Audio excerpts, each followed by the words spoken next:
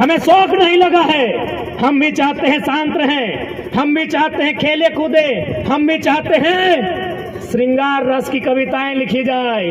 अंगार रस की कविताएं लिखने के लिए आप बाध्य कर रहे हैं।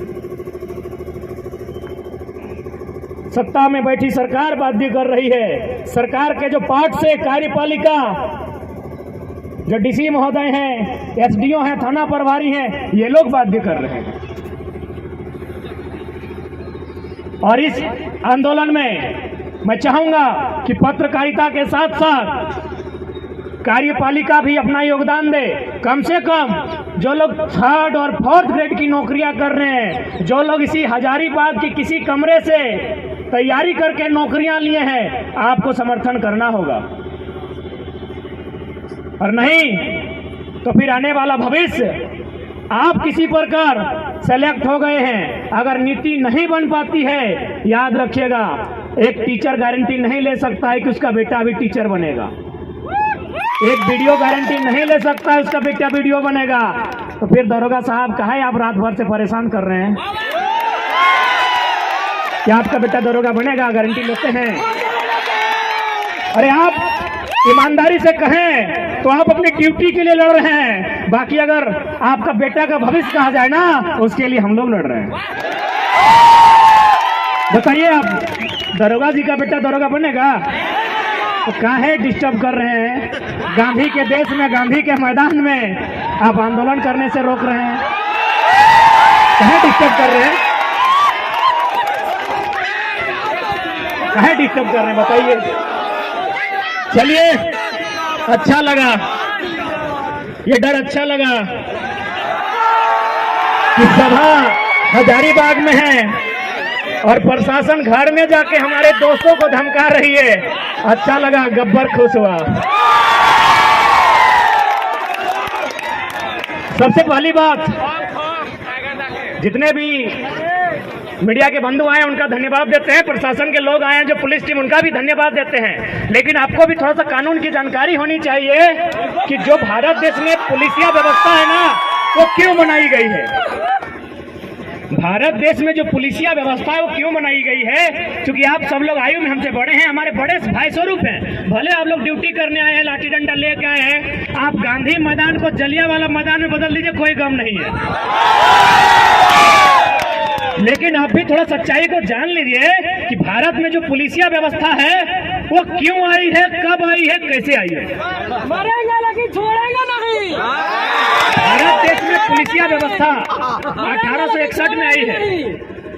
सबसे पहले 1860 में कानून बना, इंडियन पेनल कोड, जो बड़ा बाबू के टेबल में किताब है उसका नाम है इंडियन पेनल कोड। उसे हिंदी में कहेंगे भारतीय दंड संहिता, उर्दू में कहेंगे ताजीरात हिंद और अंग्रेजी में कहेंगे इंडियन पेनल कोड। यह 1860 में आया है। उसके 1 साल बाद और एक कानून आया, अंग्रेज लेके आए। उस कानून का नाम था Indian police act. Indian police act का मतलब था, अंग्रेजों ने टीम बैठाई और अपनी टीम से कहा कि बार बार इंडियन लोग विरोध कर रहे हैं, इनके विरोध को कंट्रोल कैसे किया जाए। बोला देखिए, इंडिया के लोग बहुत गरीब हैं, प्लस आपस में बटे हुए हैं, यदि आप इनके हाथों में एक नौकरी के नाम पर कुछ पैसा थमा दिया जाए तो छोटा भाई खुद बड़ा भाई को पीट देगा।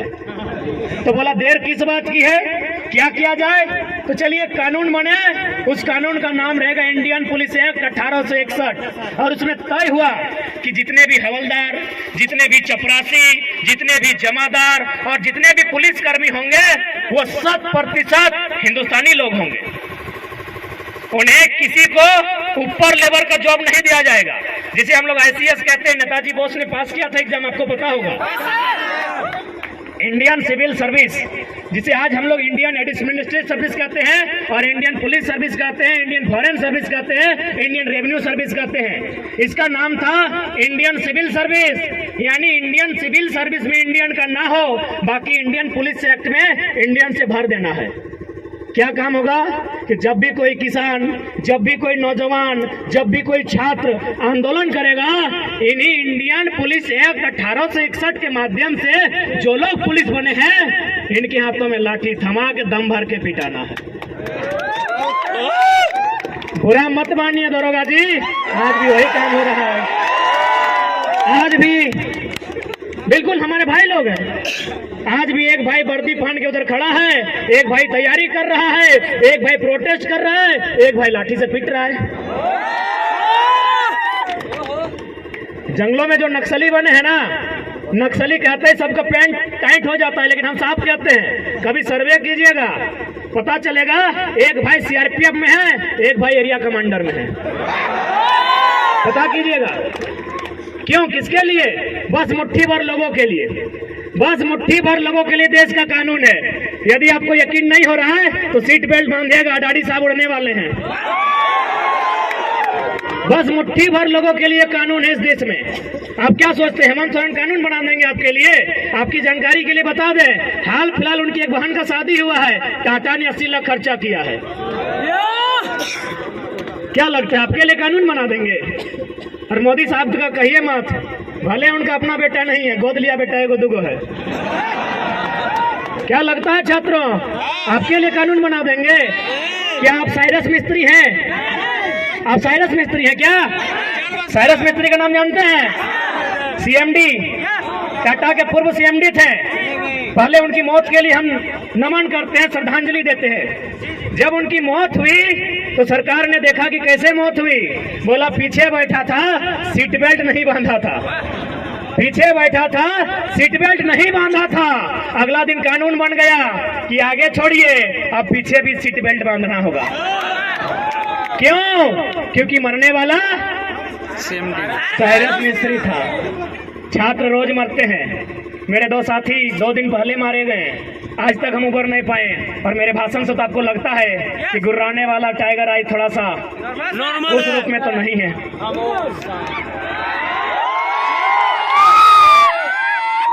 क्या कोई कानून बनेगा? उनकी घटना हुई है एनएच में, क्या एनएच कोई कानून बनाएगा? क्या पुलिया वहां बनेगी? क्या वहां बैरियर लगेगा? नहीं लगेगा, क्योंकि कॉर्पोरेट्स का ट्रैक्टर वहां दौड़ेगा। इसलिए यहाँ पढ़ने वाले छात्र जो प्रोटेस्ट कर रहे हैं, यदि आपकी लाठियों का सामना करेंगे, आपके भाई हैं। और जो झुमरा के पहाड़ में नक्सली बनकर बैठे हैं, कॉपी कलम लेके चेक कीजिएगा, मामा का, मौसी का, फूफा का बेटा होगा। कब समझेंगे आप? हमको समझ में नहीं आता है। हम चाहते हैं नौकरी आप आगे से बचाइए, पीछे से चंदा दे दीजिएगा आंदोलन करने के लिए। दरोगा जी पीछे से दे दीजिएगा, लड़ाई आपके बेटे के लिए है। हेमंत सोरेन आपके बेटे को दरोगा नहीं बनाएगा, उनको दरोगा हमारा आंदोलन बनाएगा। दरोगा जी से निवेदन होगा, डीएसपी भी आए तो सुन लीजिए, हेमंत सोरेन आपके बेटा को डीएसपी नहीं बनाएगा। जेपीएससी देखिए ना, 7 को हुआ है 22 साल में, बिहार में 68 को हुआ है। इसलिए आंदोलन ही आपका डीएसपी का बेटा को डीएसपी और दरोगा का बेटा को दरोगा बनाएगा। इसलिए आगे से नौकरी बचाइए, पीछे से आंदोलन का सपोर्ट कीजिए। यदि ज्यादा दिक्कत होगा, यदि ज्यादा हाथ पांव बंधा होगा तो कमजोर लाठी चलाइएगा, ऐसा मत चलाइएगा। और ऐसा चलाइएगा तो घायल मत कीजिएगा। हमें घायल होने से डर लगता है, मार दीजिएगा, डर नहीं लगता है। मार दीजिएगा, सच बोलते हैं, ईमानदारी से बोल रहे हैं, डर नहीं लगता है। मरने से डर नहीं लगता, हम ईमानदारी से बोल रहे हैं। हमको बीमार होने से डर लगता है, बीमार हो जाएंगे तो आंदोलन रुक जाएगा, मर जाएंगे तो आंदोलन दुगना रफ्तार से चलेगा। क्योंकि भगत सिंह ने भी कहा था कि मुझे फांसी ना दी जाए, भगत सिंह ने भी कहा था मुझे फांसी ना दी जाए, बल्कि मुझे किसी चौराहे पे खड़ा कर दिया जाए और गोलियों से भून दिया जाए। क्यों कहा था ऐसा पता है? ताकि मेरे बदन पर चलने वाली एक एक गोली को, मेरे शरीर से बहने वाले एक एक लहू के कतरे को देखकर नौजवानों में उबाल आए। इसलिए उन्होंने कहा था हमको फांसी नहीं दिया जाए, बंद कमरे में फांसी ना दिया जाए। यदि हम गुनहगार हैं तो बीच चौराहे में खड़ा कर दिया जाए और गोलियों से भून दिया जाए। आप सभी वही कहेंगे,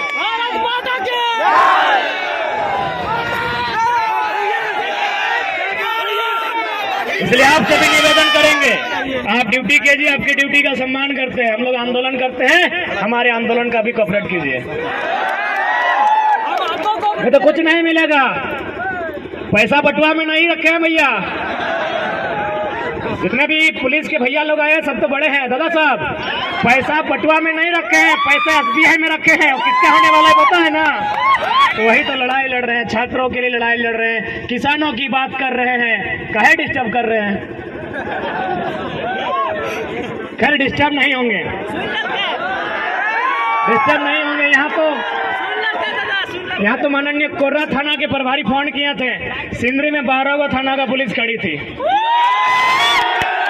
सिंदरी गए थे आंदोलन करने के लिए, वहां के SDPO 12 थाना की पुलिस और 150 जवानों के साथ खड़ी थी। हमने एक ही लाइन कहा कि DSP साहब सामने आइए, अरेस्ट कर लीजिए, लेकिन उससे पहले एक लाइन बता दीजिए, ये जो जमीन आप खड़ा है गांधी मैदान से दुगना जमीन था जहां सभा हो रही थी। बोले ये जमीन हमारे पुरखों की है और इस कंपनी ने 2 रुपया डिसमिल लिया है। क्या आपका बाप का जमीन लिया है? हमने एक लाइन कहा था माननीय DSP साहब को कि DSP साहब उतना मेहनत क्या करते हैं, अरेस्टिंग करना है एकदम आके अरेस्टिंग कीजिए, हम लोग भागेंगे नहीं, लेकिन एक लाइन में उत्तर दीजिए, जिस जमीन में आकर आप खड़े हैं ये हमारी पुरखों की है, इसे 2 रुपया डिसमिल लिया गया है। क्या आपके बाप दादा की जमीन इस तरह ली गई है और उसके बाद भी आपको दिक्कत नहीं है? तो आइए ना, हम तो शमशान घाट में एक सप्ताह में एक बार मिल जाते हैं। लाइव नहीं देखे वीडियो क्या? राजभवन से लोग देख रहे हैं, सही बोल रहे, राजभवन से देख रहे हैं, क्योंकि 29 तारीख को हम शमशान घाट में थे और विधेयक को वापस करता है कि एगो योद्धा तो घायल है। उन्हें पता नहीं कितना कितना योद्धा बन के तैयार है। उन्हें यह भी नहीं पता कि घायल शेर की सांसें उसके पहाड़ से भी खतरनाक होती है। इसीलिए हमें परेशान ना किया जाए, हमारे हक अधिकार को हमने सामने रख दिया जाए। हम उप तक नहीं कहेंगे, लेकिन यदि हमारे हक अधिकार के बीच कोई टकराएगा, वो टकराने वाला कोई क्यों ना हो, हम वही राड़ माटी के राड़ लोग हैं जिन्होंने अंग्रेज को पेट में 1 नंबर करवा दिया था। इतिहास याद कीजिएगा, हुक्मरान में बैठे लोग 1757 में इंडियन भारत की सरजमी में बेटल ऑफ प्लासी हुई थी बंगाल के क्षेत्र में। अंग्रेजों के सामने उठा के पटक दिए गए भारत के लोग। ठीक 7 साल बाद 1764 में बैटल ऑफ बक्सर होता है इसी बिहार में। फिर भारत के लोग अंग्रेज के द्वारा पटक दिए जाते हैं, लेकिन जैसे ही वो मानभूमि में आते हैं चुहार विद्रोह में उनको हम पैंट में 1 नंबर करा देते हैं। हम वही झारखंड के लोग हैं, हमारे अस्तित्व से नहीं टकराइएगा, हमें हमारा इतिहास मत याद दिलाइएगा। हम भी चाहते हैं वसुधैव कुटुंबकम, हम भी चाहते हैं जियो और जीने दो का सिद्धांत, हम भी चाहते हैं नदी नालों में, पर्वत पहाड़ों में, झील झरनों में प्रेम के गीत गाएं युवा, नौकरियां करें, अपना घर बसाए। हम नहीं चाहते इनके हाथों में हथियार हो, हम नहीं चाहते हैं ये विद्रोही बने, हम नहीं चाहते हैं ये बागी बने, लेकिन यदि ऐसा कुछ हुआ तो अगली सरकार झुमरा के पहाड़ में बनेगी। और बस इमेजिन कीजिए, बस कल्पना कीजिए कि यदि सरकार झुमरा के पहाड़ में बन गई तो रूह कांप उठेगी, रूह कांप उठेगी। सपने में यमराज आएंगे। पहले ही कहा देते हैं हमें परेशान ना कीजिए। हमने किसी का क्या बिगाड़ा है? हमने अपने जीवन का 5 साल, 10 साल, 15 साल इन लॉजों में दिया है। अरे भाइयों की तो छोड़िए, हमारी बहनें, हमारे गांव की लड़कियां, वे भी अपने भाइयों के कंधे से कंधा मिलाकर अपने गांव की पगडंडियों को छोड़कर आई हैं बाप का सहारा बनने के लिए। कितने शर्म की बात है, आपके पास एक पॉलिसी नहीं है। यही एक केरल राज्य है, अगर आप उस राज्य में चले जाएं, उस राज्य के आंकड़े को उठाएं तो आपको मिलेगा कि वहां की बहन यदि घर का त्याग करती है, वहां की बहन यदि घर छोड़कर बाहर जाती है, या तो मास्टर नहीं बनती है या तो डॉक्टर नहीं बनती है। लेकिन हमारे झारखंड में भाइयों की तो छोड़िए, बहनों की बात करते हैं, लड़कियों की, बालिकाओं की बात करते हैं, यदि वो घर छोड़ के जाती हैं दिल्ली में नौकरानी बनती है। ये हम नहीं कह रहे हैं, ये आंकड़े कह रहे हैं। 7500 की 75,000 हम कंफर्म नहीं हो पा रहे हैं क्योंकि थोड़ा मेंटल डिस्टर्ब है। अगर 7500 ही है तो मान के देखिए, हमारी 7500 बहनें दिल्ली में दाई का काम कर रही है। अभी उस राज्य में जहां कहीं कोयला, जहां कहीं सोना, जहां कहीं अभ्रक, कहीं यूरेनियम, कहीं तांबा, कहीं लोहा, उस राज्य में हमारी बहनें दिल्ली में नौकरानी का काम करती है। कितना शर्म की बात है राज्य सरकार के लिए, कितनी शर्म की बात है इन आईएएस के लिए, जिनको आईएएस नहीं गधा बोला जाए। आपके लिए एक पॉलिसी है, आपके पास एक पॉलिसी नहीं है। और भी तो राज्य हैं, नागपुर में एक आईएएस अधिकारी रहते हैं, झारखंड के हैं। और ऐसा मत सोचिए कि हम लोग बच्चा है, बच्चा है, छोटा बच्चा जान समझ के ना टकराना रे। बड़ा लोग भी हम लोग को टेलीफोन करता है। एक खनन अधिकारी है जो आईएएस हैं, रांची के हैं, उनका पोस्टिंग है नागपुर में। उन्होंने हमें टेलीग्राम में एगो लेटर भेजा, उसमें शायद एनसीएल या कोई कंपनी है उड़ीसा में और तमिलनाडु में, वो माइनिंग का काम करती है। और माइनिंग सरदार तब लोग समझते हैं पॉलिटेक्निक के स्टूडेंट्स, पॉलिटेक्निक वाले ही माइनिंग सरदार बनते हैं ना। हम लोग तो पीएचडी के हैं, हम लोग टेक्निक में गए नहीं, इसीलिए आप बताइएगा। माइनिंग सरदार की पोस्ट आई है, कहाँ? तमिलनाडु में और उड़ीसा में। क्या लिखा है पता है? कि वही माइनिंग सरदार बनेगा जो उड़ीसा में उड़िया भाषा का ज्ञान रखता हो और तमिलनाडु में तमिल भाषा का ज्ञान रखता हो। और यहाँ उससे कई ज्यादा माइनिंग सरदार के पोस्ट खाली हैं। तो यदि हम यहाँ की क्षेत्रीय भाषाओं में माइनिंग सरदार बनने की अर्हता को रखते हैं तो क्या कोई गुनाह है? क्या कोई पाप है? एक आईएएस अधिकारी ने लेटर भेजा है, यदि आप कहें तो हम लोग आपको फॉरवर्ड कर सकते हैं। मीडिया के लोग हैं, उनके सामने पेपर कटिंग दिखा सकते हैं। माइनिंग का काम करती है, माइनिंग सरदार का पोस्ट आया है उड़ीसा में और तमिलनाडु में। उड़ीसा में उड़िया भाषा चाहिए, तमिलनाडु में तमिल भाषा चाहिए। लेकिन झारखंड क्या है? झारखंड बाबा जी का ढाबा है। झारखंड बाबा जी का ढाबा है। कोई कहीं से आए, मुंह उठा के चला आए, फॉर्म भरे, भाषा का बैरियर नहीं, डोमिसाइल का बैरियर नहीं, कोई पॉलिसी नहीं, सब नौकरी ले लेता है। क्या इसी दिन के लिए राज्य बना है? क्या इसी दिन के लिए हमने रक्त बहाया है? क्या इसी दिन के लिए हमने आंदोलन किया है? आखिर हमने झारखंड राज्य क्यों बनाया? क्या जरूरत था हमें इस राज्य को अलग करने की? क्या आवश्यकता थी इस राज्य के गठन की? क्या आवश्यकता थी इस राज्य को बनाने की? एक ही आवश्यकता थी कि दबे कुचले लोग, जिन्हें अधिकार नहीं मिल रहा है, जो किरण से, विकास की किरण से कोसों दूर है, उन युवाओं को आगे आने का अवसर मिलेगा। आगे आने का अवसर मिलेगा मतलब क्या? रोड में आगे आने का, बाइक लेके आगे आने का, बस की सीट में आगे बैठने का नहीं। उसे अवसर मिलेगा आगे वीडियो बनने का, उसे अवसर मिलेगा टीचर आगे बनने का, उसे अवसर मिलेगा दरोगा आगे बनने का। याद कीजिए, जब महाराष्ट्र में मराठी और गैर मराठी का विवाद हुआ था, इंदिरा गांधी जो उस समय की प्रधानमंत्री थी, बाल ठाकरे के साथ उनका टेबल टॉक हुआ था। इंदिरा गांधी ने कहा, तुम भारत को तोड़ने की बात करते हो? माननीय बाल ठाकरे ने कहा कि हमने भारत को तोड़ने की बात कब कही? जिस प्रकार पंजाब पंजाबियों का है, बंगाल बंगालियों का है, तो यदि महाराष्ट्र मराठियों का है, वहाँ की शिक्षा में, वहाँ के स्वास्थ्य में, वहाँ की नौकरियों में यदि पहला अधिकार मराठी का हो तो क्या गुनाह है? क्या कोई गुनाह है? तो ठीक उसी प्रकार इस राज्य की वैकेंसियों में यहाँ के नौजवानों का योगदान हो, यहाँ के नौजवानों को अवसर मिले तो क्या गुनाह है?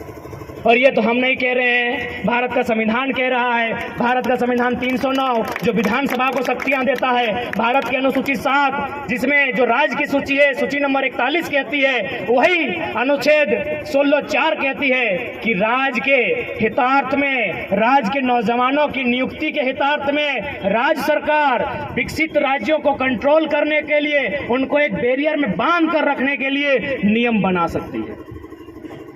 हम तो संवैधानिक बात नहीं कर रहे हैं, हम तो सारी चीज लॉजिकल रखते हैं। और आज इस आंदोलन से अगर 22 साल में इनको डर लगा है तो इसीलिए डर लगा है कि इससे पहले सब ठेंगा छाप मंत्री लोग होता था, आज भी मोटा मोटी उतना है।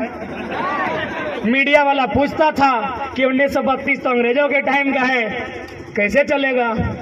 तो हम लोग तो मीडिया लोग को बुलाते हैं, सामने आइए। सिराज भाई तो बहुत सामने हैं, जवाहर हजारी भाग बहुत सामने हैं, तो हम सामने बुलाते हैं, उनको आर्गुमेंट्स, दलील प्रेजेंट करते हैं कि 1932 काहे नहीं चलेगा, काहे नहीं चलेगा? इसी देश में 1860 का कानून चलता है, 1932 काहे नहीं चलेगा भाई? बिल्कुल चलेगा, बिल्कुल। ये जो बड़ा बाबू 107 की धारा लगाते हैं सर, 107 की धारा मारपीट के लिए, 307 कपार फाड़ने के लिए, 302 टपका देने के लिए, ये कब के कानून है? 1860 के कानून है। तो यदि इसी देश में 1860 के कानून चल सकते हैं तो 1932 काहे नहीं चलेगा भाई? यानी वो हुआ ना कि आप करें तो रास लीला, सर्व हम करें तो करैक्टर ढीला। गजब देश है भाई, गजब का स्टेट है मेरा। यदि आपको अंग्रेजों के कानून से इतना ही दिक्कत है तो चलिए अंग्रेजों को इस देश से बाहर करते हैं। सबसे पहले रेल की पटरी को उखाड़ फेंकते हैं। किसका है रेल की पटरी? मेरा। अंग्रेजों की। एरोप्लेन किसका है? अंग्रेजों का। तो बोलिए इंडियन को कि कुछ नया अपना काम करें। अंग्रेजों का रेल चलेगा, ए मनोज दा, अंग्रेजों का रेल चलेगा, अंग्रेजों का एरोप्लेन चलेगा, अंग्रेजों का खतियान नहीं चलेगा। चलिए अब बोका का जैसा समझाते हैं, मुख्यमंत्री बोलते हैं ना, वो बोका हम लोग का डायलॉग कॉपी कर रहा है। एकदम बोका, झारखंडी लोग लेल्हा धेंधा बोका, एकदम बोका के स्टाइल में समझाते हैं खतियान का लड़ाई को। यदि एक बांस का टुकड़ा को लिया जाए, उस बांस के टुकड़ा को दो भाग में बांट दिया जाए, तो क्या दोनों का रंग बदल जाएगा? बदलेगा नहीं ना। क्या दोनों का गुण बदलेगा? क्योंकि दोनों बांस कभी एक ही बांस था, दोनों बस अलग अलग फाड़ा हुआ है। तो ठीक उसी प्रकार हम भी बिहार से न फाड़ा हुए हैं। तो पता कीजिए बिहार में कौन कानून है। अगर वहां खतियान का कानून है तो झारखंड में क्यों नहीं होगा जी? चलिए और एक उदाहरण, जमीन की जानकारी रखने वाले, यदि भाई भाई में जमीन का बंटवारा होता है, हे मिथिलेश दा, भाई भाई में यदि जमीन का बंटवारा हो तो क्या बदलता है? एकड़ डिसमिल बदलता है, खाता नंबर बदलता है क्या? बच्चा है जमीन के मामले बताइएगा। दो चार को सीनियर लोग, मनोज दा को सीनियर ही मानते हैं, थोड़ा सीनियर मानो भैया भाई के लोग। तो जमीन जो बंटवारा होता है, खाता नंबर बदलता है क्या? कि मेरा 510, पिताजी का 510, तो चार को भाई का 508, 509, 507 होता है क्या? प्लॉट नंबर बदलता है क्या? तो बिहार में अगर 1932 है तो यहाँ क्या दिक्कत है? ठेठ भाषा में। उसके बाद भी हमने हमेशा मानवता का बात कहा है, आज भी मीडिया के सामने रखते हैं कि जो लोग बाहरी भीतरी का विवाद करते हैं, यदि कुछ लोग ऐसे हैं जिनका अपने राज्य से कनेक्शन नहीं है, ध्यान दीजिएगा, अपने राज्य में कनेक्शन नहीं है, यदि वो बिहार का है, बंगाल का, यूपी का है, छत्तीसगढ़, महाराष्ट्र कहीं का है, लेकिन यदि उसका उस राज्य में कनेक्शन नहीं है तो आप उसे एक डोमिसाइल 2 के तर्ज पे परिभाषित कीजिए और आप उसको प्राथमिकता नंबर 2 में रखिए। यदि इस भूभाग के अलावा कहीं कुछ नहीं है, लेकिन शर्त है इस भूभाग की भाषा संस्कृति को अपना लिया है, तो आप उसको डोमिसाइल 2 बनाइए, उसके लिए एक टीम बनाइए, एक सर्वे कीजिए, क्योंकि हम भी चाहते हैं कि किसी को निराशा ना हो। लेकिन जो लोग कहेंगे कि दिवाली यहां मनाएंगे और छठ यूपी, बिहार में, बंगाल में, तो भैया माफ कीजिएगा, भाईचारा ज्यादा नहीं, माफ कीजिएगा। आपने अगर सब कुछ खो दिया है, आपका अगर कुछ नहीं है और आप यहाँ हैं, स्वागत है। उसके लिए डोमिसाइल 2 पर चर्चा की जाए, स्थानीयता 2 पर चर्चा की जाए, लेकिन आप कहेंगे कि दिवाली यहाँ, छठ वहाँ, भैया माफ कीजिएगा, ज्यादा नहीं सहना आता है। अब कितना सहेंगे भाई? यही सहने की दशा है ना। यही सहते सहते हम लोग तो सब कुछ गंवा दिए, हजारीबाग गंवा दिए, नहीं गंवाए। ये है विधायक यहाँ का, कहाँ का है? बिहार के, यूपी का। कितना गंवाएंगे? विधायक गंवा दिए, सांसद कहाँ का है? सांसद भी गंवा दिए। क्या लगता है भैया कहाँ जाइएगा? खत्म हो जाएंगे। इसीलिए आज खड़ा हो जाओ, जाग जाओ। अभी तो विधायक सांसद हाथ से गया है, ये जमीन, खेत, खलिहान सब चला जाएगा। और क्या लगता है आपको कि भला करने के लिए विधायक बना क्या? पता कीजिए, झारखंड का सबसे अमीर विधायक में मनीषवा आता है। ये देखा कि हजारीबाग में टोल रोड नहीं है इसका विधानसभा में ना, ये जाके डुमरी का टोल प्लाजा इसी का है, पता नहीं है क्या? पता है ना? इसका टोल प्लाजा डुमरी में है, कुलगो वाला। क्या लगता है विकास करने के लिए आया है? दोनों हाथ में लड्डू खाने इन लोग यहाँ आया है। और हम खुले मन से कहते हैं, मीडिया बंधुओं के माध्यम से कहते हैं कि जिन लोगों को अपने राज्य में गन्ना छीलने के लिए रखा नहीं जाता, वो बनना यहाँ मंत्री बन के बैठा। अब आप कहेंगे कि अब पढ़ा लिखा लड़का हो गया, ऐसा बयान क्यों दिए? चलिए बताते हैं क्यों दिए। कि माननीय बन्ना को गन्ना छीलने लायक क्यों बताएं, बताते हैं। मीडिया बंधु ध्यान से रिकॉर्ड कीजिएगा। माननीय बन्ना जी, मंत्री हैं, थोड़ा जी लगा देते हैं। माननीय मंत्री बन्ना जी जो हमारे झारखंड में अतिक्रमणकारी हैं, जैसे भारत के लिए विदेशी लोग आक्रमणकारी थे, वो हमारे राज्य के लिए आक्रमणकारी हैं। वे एक फंक्शन में गए थे स्टूडेंट के बीच पटमदा क्षेत्र में। क्या भाषण दिया पता है? माननीय मंत्री ने भाषण दिया है। क्या भाषण दिया पता है? कि हम ना मैट्रिक में चोरी कर रहे थे। माननीय स्वास्थ्य मंत्री का बयान सुनिए कि हम मैट्रिक में चोरी कर रहे थे, एगो एसडीओ आके हमको पकड़ लिए। क्या बोल रहे हैं? कि एसडीओ हमके पकड़ लिए, आज वो एसडीओ मेरा सेक्रेटरी है, हम मंत्री बन गए। अरे यार, ऐसा उदाहरण देगा? इतना बोका आदमी, इतना बेकार आदमी की कैसा उदाहरण दे रहा है? यानी स्टूडेंट को बोल रहा है कि काहे पढ़ाई लिखाई में समय गवा रहा है, चोरी उरी करो, बनना गन्ना छीलने लायक नहीं थे, बनना बन गए। मंत्री जी के बयान है। इसलिए आज प्रत्येक नौजवान को उस दर्द को आभास करना होगा, आपके माँ के उस सपने को आभास करना होगा कि किस प्रकार माँ ने जूठन खा के अपने पुराने गहने को पड़ोसी को गिरवी रख के आपको हजारीबाग रांची पढ़ने के लिए भेजा है। आपको पिता के उस सपने का ख्याल करना होगा कि किस प्रकार फटी धोती फटी गमछी में खेती करके पैसा जुगाड़ करके आपको हॉस्टल पढ़ने भेजा है।